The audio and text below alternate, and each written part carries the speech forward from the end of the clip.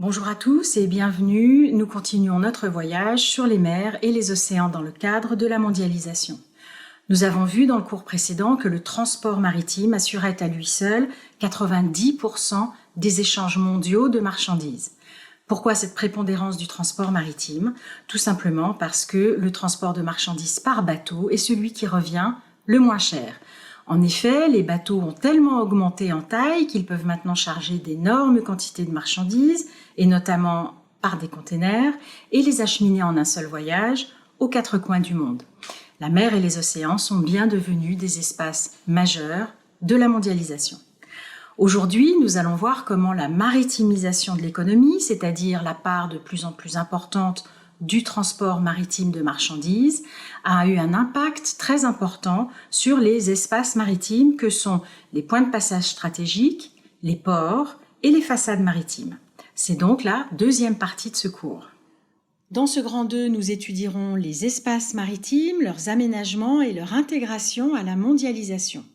En grand A, nous verrons les aménagements des points de passage stratégiques avec l'exemple du canal de Suez et du canal de Panama. En grand B, la transformation des espaces portuaires sera vue grâce à deux exemples de ports européens. Et en grand C, nous terminerons avec les façades maritimes dans le monde. Nous avons vu qu'un point de passage stratégique est un point de passage maritime obligé qui, s'il était fermé, mettrait en péril la navigation marchande mondiale. Ce sont principalement les détroits et les canaux et certains couloirs maritimes. Vous les voyez sur cette carte. Les canaux sont particulièrement touchés par la maritimisation, c'est-à-dire l'accroissement des échanges internationaux par voie maritime. Le canal de Suez et le canal de Panama ont été inaugurés il y a plus d'un siècle et ils ont dû s'adapter à des bateaux de plus en plus gros et à un trafic maritime de plus en plus important. Le canal de Suez en Égypte diminue le trajet maritime Asie-Europe de presque moitié, comme vous le voyez sur la carte à gauche. Plus besoin de contourner l'Afrique. Le canal relie le port de Suez sur la pointe occidentale de la mer Rouge à Port Saïd, qui se trouve sur les rives de la Méditerranée. Long de 190 km, c'est le plus grand canal sans écluse du monde. Jusqu'à récemment, les navires le franchissaient en 18 heures environ, après plusieurs heures d'attente. Chacun passait à son tour car les navires ne pouvaient pas se croiser. Mais l'Égypte a décidé d'adapter son canal à la croissance de la taille des bateaux et des échanges de marchandises. Après un an de travaux seulement et plusieurs milliards de dollars d'investissement, un nouveau canal de Suez est inauguré en 2015. Une partie du canal d'origine, en bleu sur la carte, est doublée d'une nouvelle voie navigable que vous voyez en rouge. Elles sont bien visibles également sur les images prises par satellite à droite. Le canal a été également creusé pour être plus profond afin que les plus gros navires puissent maintenant l'emprunter. Non seulement le temps d'attente est réduit, mais le temps de passage l'est également, puisqu'il faut maintenant 11 heures et non 18 pour relier la mer Rouge à la mer Méditerranée. Les grands porte-conteneurs empruntent désormais le canal et les navires peuvent enfin se croiser. Au final, la capacité de navigation, qui était avant travaux d'environ 40 à 50 navires par jour, devrait doubler d'ici à 2023 pour atteindre environ 100 navires quotidiens. Les enjeux économiques sont énormes car chaque navire paye plusieurs centaines de milliers de dollars pour emprunter un canal. Aussi, la concurrence entre le canal de Suez et le canal de Panama est-elle grande? Ils sont pourtant éloignés de près de 12 000 km, mais sur la route maritime qui relie l'Asie et l'Europe, ils sont en concurrence. Il est plus facile de le comprendre en regardant un planisphère centré sur le continent américain. La route maritime qui passe par le canal de Panama est matérialisée en rouge sur la carte de gauche. À droite, vous avez les deux routes maritimes. Vous voyez que l'écart entre les deux ne fait que 2000 km, avec un avantage à celle qui emprunte le canal de Suez, qui est donc plus courte. Reste que la différence est plus faible qu'on ne l'imagine. Alors, dans le monde très concurrentiel du transport maritime, le canal de Panama, d'environ 80 km, s'est lui aussi agrandi après des travaux colossaux qui ont duré des années. Regardez. Les plus gros bateaux, ou presque les plus gros, ont désormais le choix de passer par le canal de Panama élargi. Il aura fallu pour cela 9 ans de travaux qui ont coûté au bas mot 5,4 milliards de dollars américains. Dans son gabarit initial, le canal et ses écluses pouvaient accueillir des navires de 32 mètres de largeur maximum, 295 mètres de longueur et d'une capacité de 4500 containers environ. C'est ce qu'on appelait dans le jargon maritime les normes Panamax. Avec l'élargissement, Panamax est devenu Post-Panamax. 49 mètres de largeur maximale, 366 mètres de longueur et une capacité de charge triplée à 14 000 containers. De quoi concurrencer le rival de Suez sur les routes qui relient l'Asie et l'Amérique. Prenons l'exemple du trajet entre Yokohama au Japon et New York, via le Pacifique et le canal de Panama, 18 560 km. La route alternative via le détroit de Malacca et le canal de Suez totalise 25 120 km. Avantage, Panama. Les canaux ne sont pas les seuls à s'être transformés sous la pression de la maritimisation. Les ports ont fait, eux aussi, d'énormes efforts pour s'adapter. La maritimisation et l'intermodalité des conteneurs, le fait que les conteneurs passent aussi bien d'un navire à un camion qu'à un avion ou à un train, bref, l'intermodalité des conteneurs ainsi que la maritimisation ont eu un double impact sur le littoral. Les ports ont grandi et l'arrière-pays s'est industrialisé. Ce schéma ressemble à celui que vous avez étudié avant ce cours dans le cadre du dossier sur la façade maritime Asie-Pacifique. Le port est figuré par un carré bleu. Il est situé sur le littoral, cette zone de contact entre terre et mer.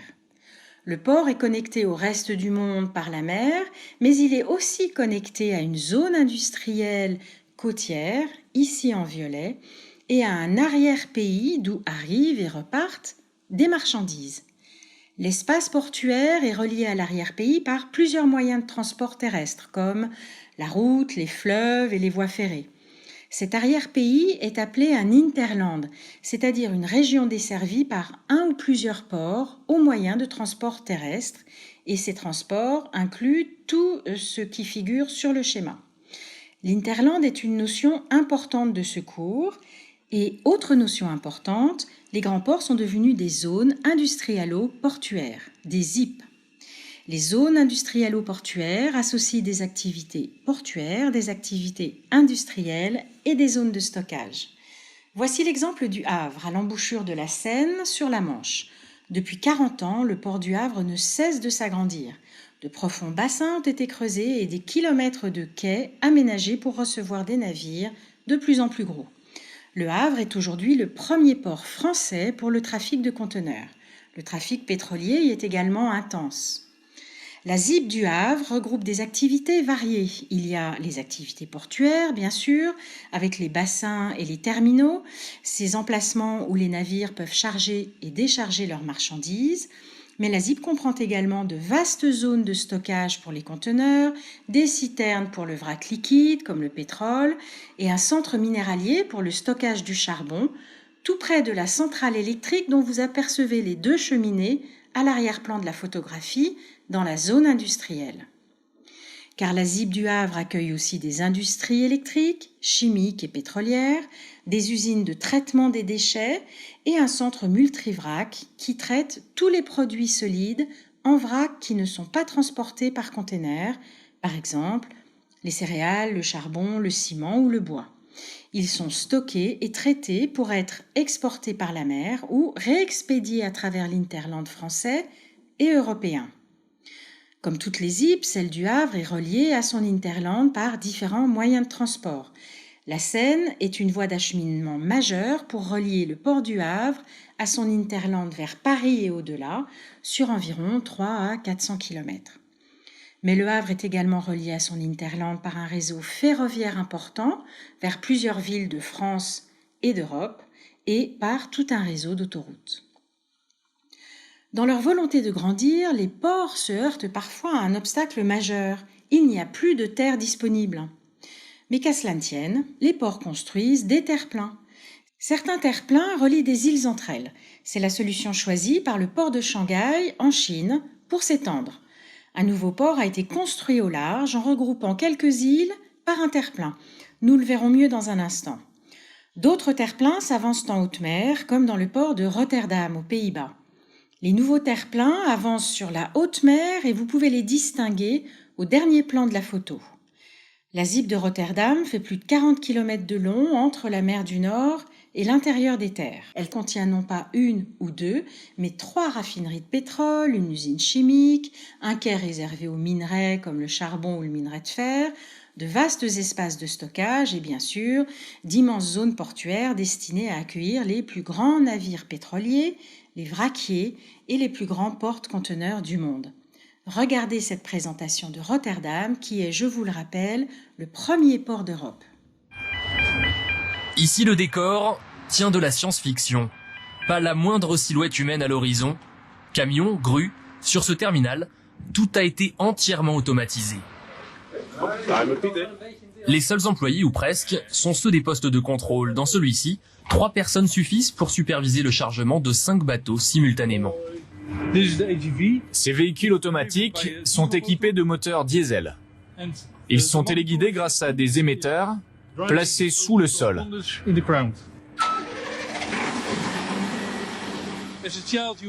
En fait, on est un peu comme des enfants qui jouent avec leur train électrique. C'est impressionnant de voir ces véhicules avancer tout seuls. Nous pensons vraiment que c'est ça l'avenir. 10 000 hectares, 400 millions de tonnes de marchandises traitées chaque année. Le port de Rotterdam est de très loin le plus grand d'Europe. Les vieux canaux du centre-ville ne sont plus là que pour le folklore. Aujourd'hui, le port s'étend sur plus de 40 km. Il possède sa propre autoroute où se croisent en permanence des milliers de camions. Ici, tout est organisé en secteurs bien spécialisés.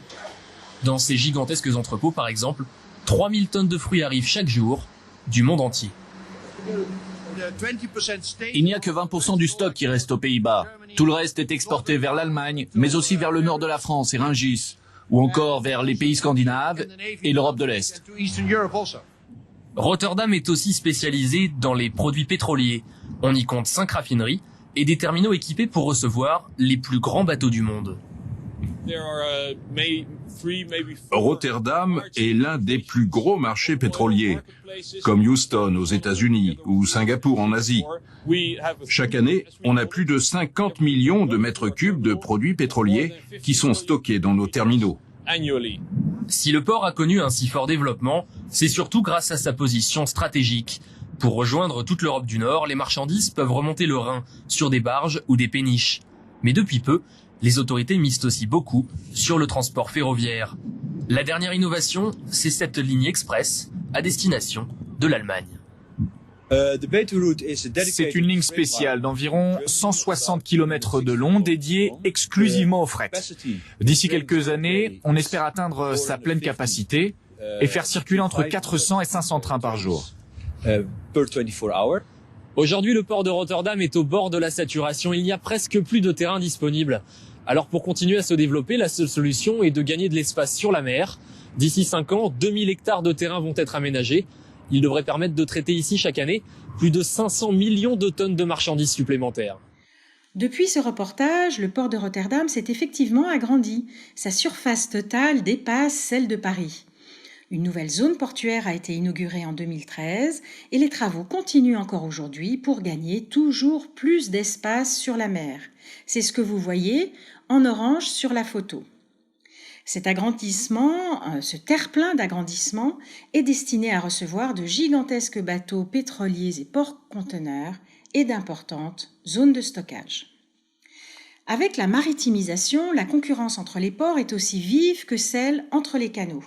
Les ports veulent figurer sur les grandes routes maritimes que nous avons étudiées dans le cours précédent. Et au classement des ports par volume de marchandises, c'est l'Asie qui arrive en tête et de loin. Vous avez ici, pour l'année 2017, le classement des 20 premiers ports mondiaux selon le volume de conteneurs traités. 75% de ces ports sont asiatiques et même chinois en grande majorité. Le premier port mondial est Shanghai, les ports européens et américains arrivent loin derrière, mais vous noterez que c'est quand même le port de Rotterdam qui enregistre la plus forte hausse d'activité avec une croissance proche de 11%. Quand sur un littoral, plusieurs ports prennent de l'importance, ils constituent ce qu'on appelle une façade maritime. Nous avons vu les 3 principales regroupées sous le nom de triade lorsque nous avons étudié les routes maritimes. La triade concentre 80% du trafic maritime de conteneurs. Vous avez déjà vu pour ce cours la plus importante façade maritime du monde, la façade Asie-Pacifique. Mais ce n'est pas la seule. L'Europe compte aussi une façade maritime très importante, c'est la 2e du monde et elle est visualisée sur cette carte par les cercles qui représentent l'importance du trafic maritime. Vous voyez qu'elle se concentre dans le nord de l'Europe. Cette façade s'appelle la Northern Range, c'est-à-dire la rangée nord-européenne. Vous connaissez déjà 2 de ces ports, Le Havre et Rotterdam, mais elle en compte d'autres, comme vous le voyez sur la carte. C'est un espace commercial important depuis le Moyen-Âge, avec un hinterland intensément peuplé, industrialisé et bien desservi par des autoroutes et des voies ferrées et fluviales. Car les grandes façades maritimes que vous voyez en rouge sur la carte de gauche coïncident souvent avec les espaces industriels les plus développés, les plus fortes densités de population et les plus grandes métropoles, c'est-à-dire les espaces en orange sur la carte de droite, on retrouve la triade. Nous avons déjà vu avec l'étude des métropoles comment certaines zones restent à l'écart de la mondialisation. Sans grande surprise, les pays les moins industrialisés restent aussi en marge des grands flux de marchandises. C'est le cas de la majorité de l'Afrique et de l'Amérique du Sud. Là encore, vous pouvez le visualiser sur cette carte. Malgré tout, la maritimisation de l'économie mondiale touche un nombre croissant d'espaces, y compris en Afrique, et plusieurs pays tentent d'asseoir leur position dans le commerce maritime mondial, comme le Brésil, la Russie, l'Inde ou l'Afrique du Sud. Cette 2e partie du cours est maintenant terminée. Il reste encore une petite vidéo à voir, mais avant cela, je vous laisse mettre le cours sur pause pour recopier la trace écrite sur votre cahier. Je vous donne également le travail à faire pour la semaine prochaine, lundi 8 juin. Vous devez étudier quelques documents et répondre à des questions, mais la réponse à ces questions est extrêmement brève. Cette étude prépare bien à la 3e et dernière partie du cours que nous verrons la semaine prochaine. Donc pour conclure cette séance, je voudrais vous montrer une vidéo. À tout seigneur, tout honneur, nous partons pour le plus grand port du monde, le port de Shanghai et sa nouvelle extension, le port de Yangshan. Le port de Yangshan a été construit à partir d'îles regroupées par un terre-plein et situé à plus de 30 km des côtes. Il est relié au port de Shanghai par le plus long pont maritime du monde. Les îles ont été rabotées carrément pour dégager une partie des matériaux nécessaires à la construction du terre-plein. Ce nouveau port est capable d'accueillir les porte-conteneurs géants et c'est sur un porte-conteneur français de la compagnie maritime CMA-CGM que vous allez embarquer. Alors regardez et très bonne fin de semaine. Nous avons rendez-vous au bout de ce pont. Un pont interminable, flambant neuf. 32 km de long.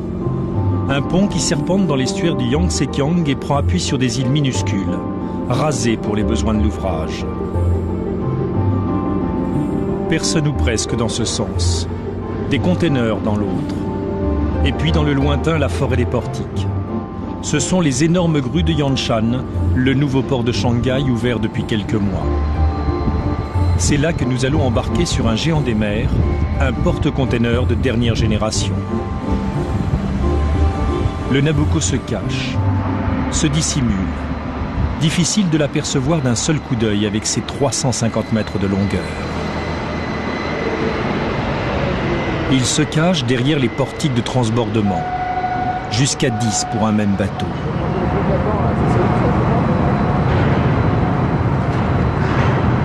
Des containers qui débarquent, 2 par 2, jusqu'à 80 tonnes de marchandises à la fois. Difficile de faire mieux.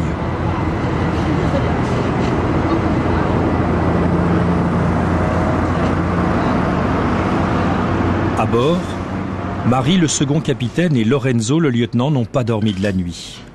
Ils ont vérifié les containers, leur place, leur destination. Thank you very much. Merci. And see you the next time. L'heure du départ a sonné. On a chargé 1800 containers. Et on a déchargé aussi. On a déchargé 1700 En combien de temps? en 22 heures. C'est une prouesse, c'est bien. C'est très bien, très bonne cadence.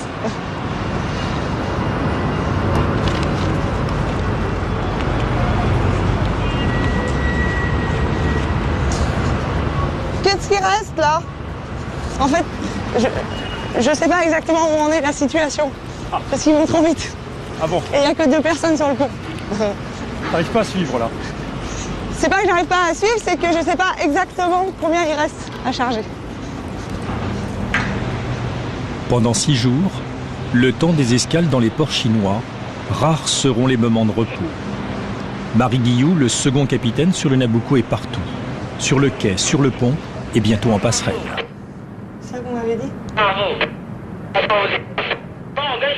Je viens juste de me lever, donc je suis un petit peu surpris. J'ai pas entendu l'annonce, comme quoi on partait à 8h30. Donc, on a gagné quoi, 4 heures? On a gagné 4 heures, oui. C'est courant ça en Chine? Oui, très très courant. Et ils font de telles cadences que on a des fois du mal à suivre. Bon, donc on a 7 minutes alors. Allez, à tout à l'heure. À tout à l'heure. Je vais faire tous les papiers maintenant. En 10 minutes. Ça a changé quelque chose de temps de Yanshan? Oui, ça a changé beaucoup au niveau chargement pour les tirants d'eau. S'il n'y a pas d'eau dans le port de Shanghai, dans l'ancien port de Shanghai. Donc il ne fallait pas avoir plus de 10 mètres de tirant d'eau. Donc on était limité en chargement. Tandis qu'ici, on a tout ce qu'on veut. Donc on peut charger tout ce qu'on veut.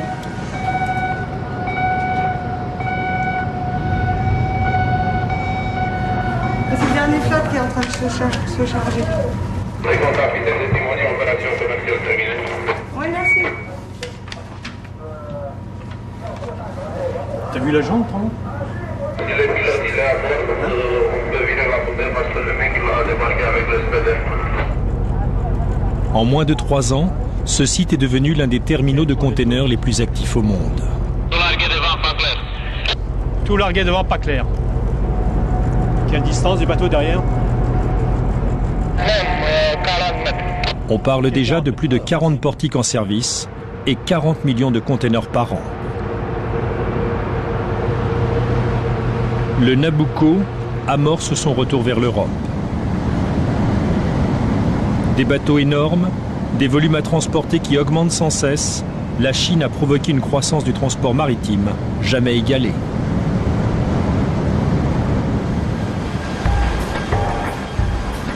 « 93 000 chevaux, 12 cylindres, le tout à 96 tours minute. C'est Yannick, le second mécanicien, qui veille sur cette cathédrale mécanique. Après des années de navigation le long de la côte d'Afrique, Yannick découvre l'Extrême-Orient, un autre monde. C'est abîmé? Non. Tu refermes. Les câbles ne touchent pas, rien du tout. On va faire une photo avant. Ok. Je suis embarqué le 23 septembre ou octobre. Septembre? Non, octobre. Non, j'ai même plus la notion du temps. Le 23 octobre et depuis, je n'ai pas mis le pied par terre. Ce sont des voyages qui sont très rapides dans le temps et les durées d'escale sont aussi très très très courtes.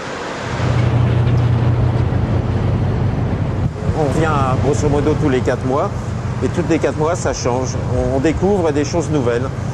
Alors ils rasent beaucoup de quartiers dans les villes certes, mais ils rasent aussi, là pour faire un peu les besoins d'un port, ils rasent des collines parce qu'ils ont besoin de matériaux quand même, donc ils prennent où il y a.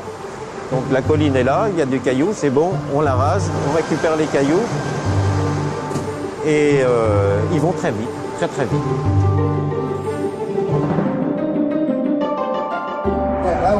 Vous n'avez qu'à garder la même vitesse, la même. Vous prenez sans doute le cap 140, là vous suivrez le chenal et puis c'est bon. Ok, parfait. Ok, vous voyez les autres bateaux qui remontent le chenal? Oui, oui.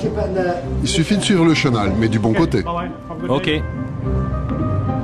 Dans l'estuaire du Yangtze, il n'y a plus de limite à la taille des bateaux. Le trafic s'accroît et les pilotes chaque jour sont un peu plus pressés.